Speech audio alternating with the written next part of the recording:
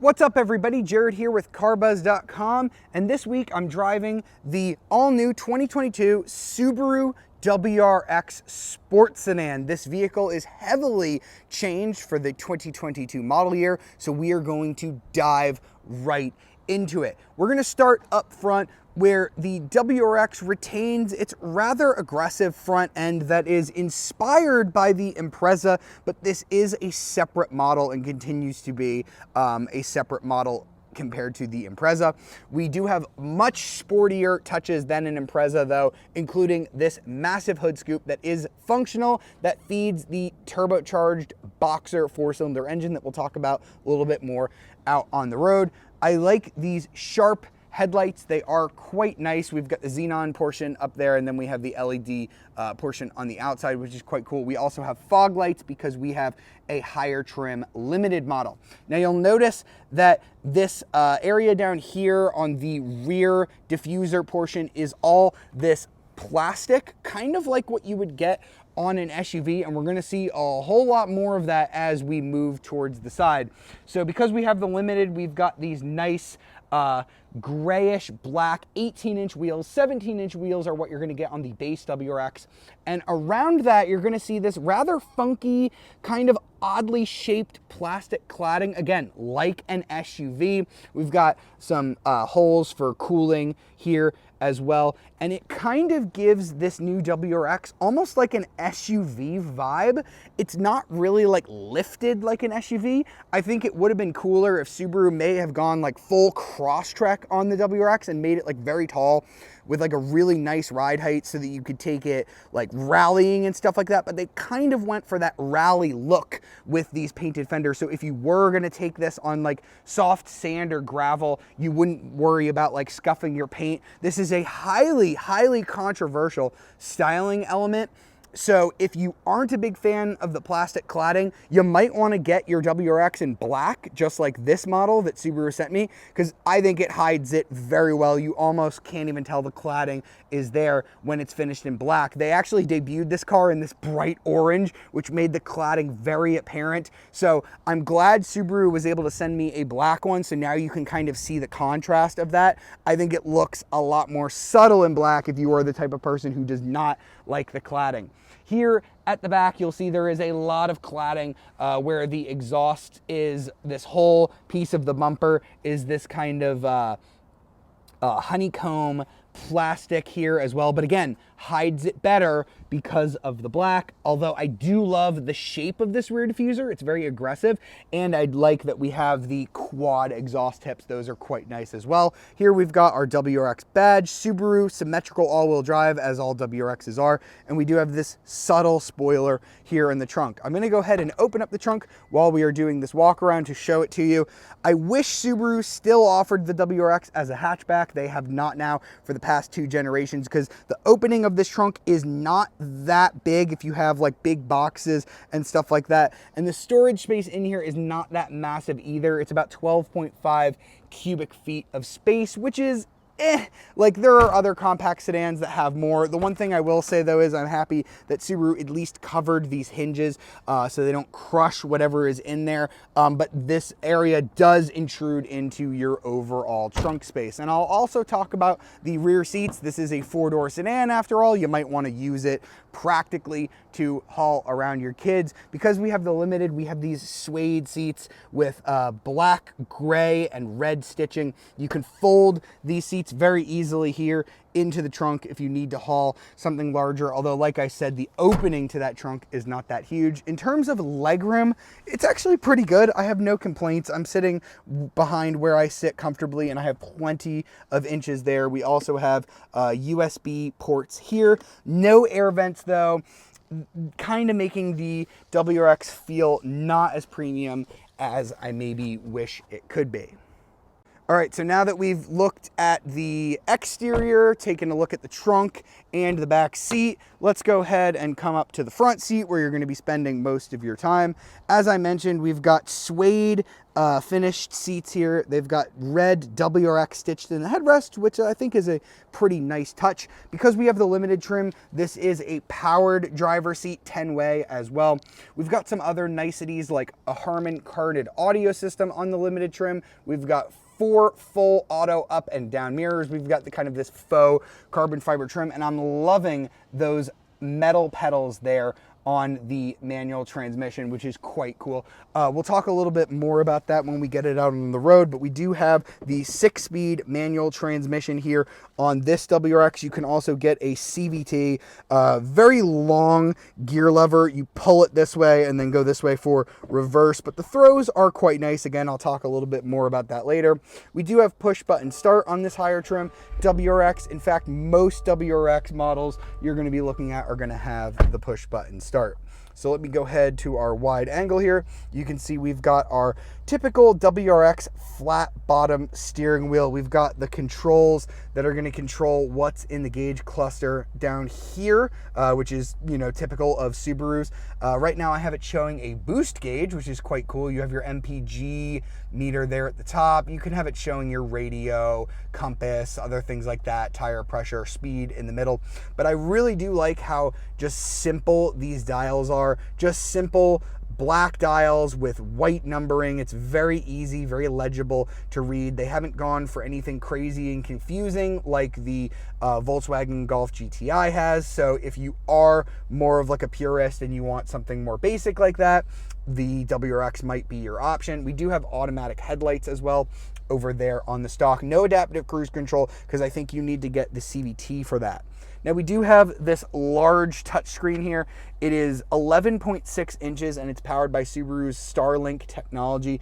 It's not too different from what we see on other Subaru models. I don't love these sort of cartoony graphics that we have on it here, but the functionality is just fine. I have no problems with it. It does have Apple CarPlay and Android Auto, and as I mentioned, an 11-speaker Harman Kardon audio system tied to it that is standard on the limited trim, optional on the premium trim, not available on the base trim. If you get the base trim and not one of these higher trims from premium onward, you get a smaller touchscreen. You actually get 2 of them, a 7-incher up here and then another 7-incher down there, which is kind of interesting. I don't see too many Subarus shipped with those, but just interesting to note. I do like how there are a volume knob and a tuning knob and climate control buttons if you don't want to use the touchscreen. That is a nice touch. We also have a physical handbrake, which I think is really cool. It's not one of those electronic units, which is great. The cup holders are easily accessible, although the armrest is very far back, so I find that it's not super useful to use while I'm shifting. All right, now let's find out how the 2022 WRX feels out on the road, because I think that is a very important factor when you're looking to buy a WRX, because I don't think too many people are going to just randomly stray into their local Subaru dealership and look at a Forester and an Outback and then just accidentally walk out with a WRX. So we'll first talk about that engine. It's new for the 2022 model year for this new generation of WRX. It's gone up in displacement. It was a 2-liter turbocharged boxer 4-cylinder engine. Now it displaces 2.4 liters, still with a turbocharger. So it is now the same displacement as other vehicles like the Ascent and the non-turbocharged BRZ sports car. And with that increase in engine size, we do get an increase in horsepower, although it's a little bit of a smaller increase than I was kind of hoping for here. We get 271 horsepower. The old one produced 268 horsepower, so you're only getting a 3 horsepower bump there, and the torque is 258 pound-feet. Now that is routed to symmetrical all-wheel drive, just like it was before, and you can get a 6-speed manual transmission on most trims. Actually, every trim except for the top trim comes standard with a 6-speed manual, and then that top trim is going to be the Subaru Performance transmission, they call it, which has 8 manual shifting modes, but it is a continuously variable unit, so it doesn't have any physical gears. So we've got the manual car, which is what I think most enthusiasts are going to want to buy. So let's come to a stop and we'll see about launching it. First gear, I'm going to give it some revs and just drop the clutch, and there we go. Woo! I did not do that super smoothly, but it does get off the line in a hurry thanks to the all-wheel drive system. 0 to 60 should take about 5.5 seconds. I haven't been able to find any super accurate numbers because Subaru doesn't really quote them on this model. It feels quick. Like, it is a really quick car, just like pretty much every WRX before it. It's not as quick as the last STI I drove, although that's to be expected. It's not as powerful as the old Boxer EJ motor that you would get in the STI, but unfortunately, Subaru has canned the STI, at least for the foreseeable future, until at some point when it'll probably reemerge as an electric car. So this WRX model is pretty much the top of the performance Subaru food chain that you're going to be able to buy for now. We'll talk a little bit about the manual because that's the transmission that we have. I really like it. It's a good transmission. It's really easy to manage. The clutch is decently long. It's not super light. It's got decent amount of weight to it. It's not the perfect clutch to be driving every day. Like, I think a Honda clutch is a little bit easier and more forgiving, but it's not bad at all. The stick shift is pretty much like any other Subaru WRX or STI transmission you've probably ever driven. Very tall gear stick with sort of, you know, short notchy throws. I have no problem with it. Heel towing is very easy. I've had no problems just pivoting my foot from the brake onto the gas pedal and giving it a quick tap to get the revs that I want, which is really good. So I like the responsiveness of this new engine because they added more displacement. They also added electronically controlled a wastegate for the turbo and an air bypass valve that improves the responsiveness. So mid RPM, push it, all right, little bit of lag, and then woo, there we go.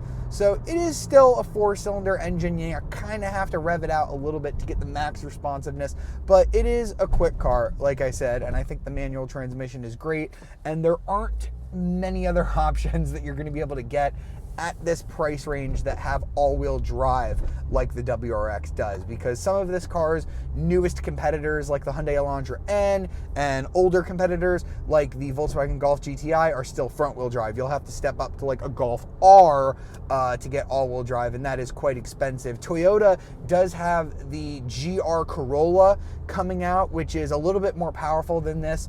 It is also manual, it is also all-wheel drive, but we do not know how much that is going to cost as of yet. And the rest of the WRX experience is kind of what I remember from the last one. We have very sharp on-center steering. I love the steering on this car. The suspension is a little bit soft when you go around the corners. You can definitely feel the whole body leaning into the corners a little bit.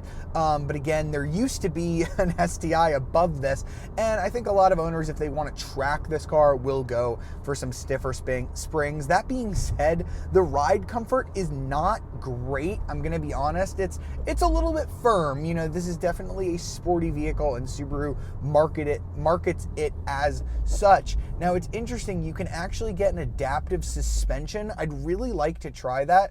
Unfortunately, that is locked to the top GT trim, which means you're going to be spending a lot of money to get it, and you can't get the manual transmission. You have to get the CVT Subaru Performance transmission, which I honestly don't think I would. I think the WRX has always been a car that is best enjoyed with a manual transmission. That is why most buyers are going to get it with a 6-speed manual. The fact that Subaru just didn't come out with a conventional automatic for the WRX specifically, or a dual clutch or something sporty like that, shows me that they really just did it for fuel economy, because it is better. This manual transmission model is not great. 19 city, 26 highway. I mean, that's, you know, you got a sporty all-wheel drive performance car here. You're not really expecting amazing fuel economy, but I would definitely get the WRX with a manual transmission. It is still a really fun performance car to drive, and it is one of the cheapest ways to get a stick shift, all-wheel drive, turbocharged performance sedan that's really fun to drive. That wraps up our time with the 2022 Subaru WRX, so it's time to price this car out. I'm going to let you know how much it costs. The base price for a 2022 WRX is $29,605. That gets you the base trim.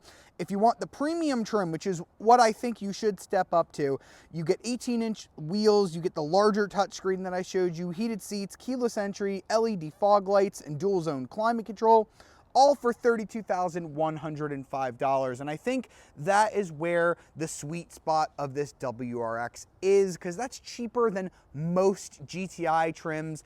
It's cheaper than the most expensive Hyundai Elantra N, which has a little bit more power than this, but is only front wheel drive.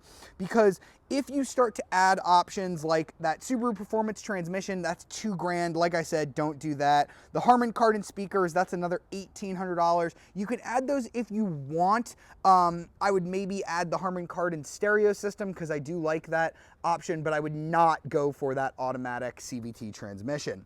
Now, the limited trim, that's the one we're driving here. That is $36,495, and I think that is a little bit pushing it in terms of what I would be willing to pay for a WRX, although you do get those nicer Ultra Suede seats, you get the power driver seat, navigation built in, the Harman Kardon stereo thrown in, LED lights, a moonroof, and blind spot with rear cross traffic alert. It is kind of crazy that Subaru makes you spend this much money just to get blind spot monitoring. I wish I could add that onto the cheaper premium trim, honestly. And then there's that GT model that I mentioned while we were out driving. That is automatic only, so beware if you want to get the manual transmission. $42,395 makes it the most expensive WRX you can get. It is the only way to get those electronic dampers that I talked about. You also get drive mode, you get Subaru EyeSight, which is their safety suite, adaptive cruise control, all of that stuff with the automatic, because again, Subaru doesn't do that with the manual. You also get nicer Recaro seats that you can't get on any other WRX model. I'm really hoping that Subaru brings a few of those features down to this limited trim, because I would love that suspension and those nicer seats, but I want a manual transmission. Anyway, that has been my review of the 2022 Subaru WRX. I still very much like how this car drives. I think that the changes they've made are worthwhile, and if you are a Subaru diehard, this will continue to please you. So as always, leave a like if you've enjoyed this video, subscribe to our channel, and ring the notification bell to be alerted of our latest videos. I'll see you next time.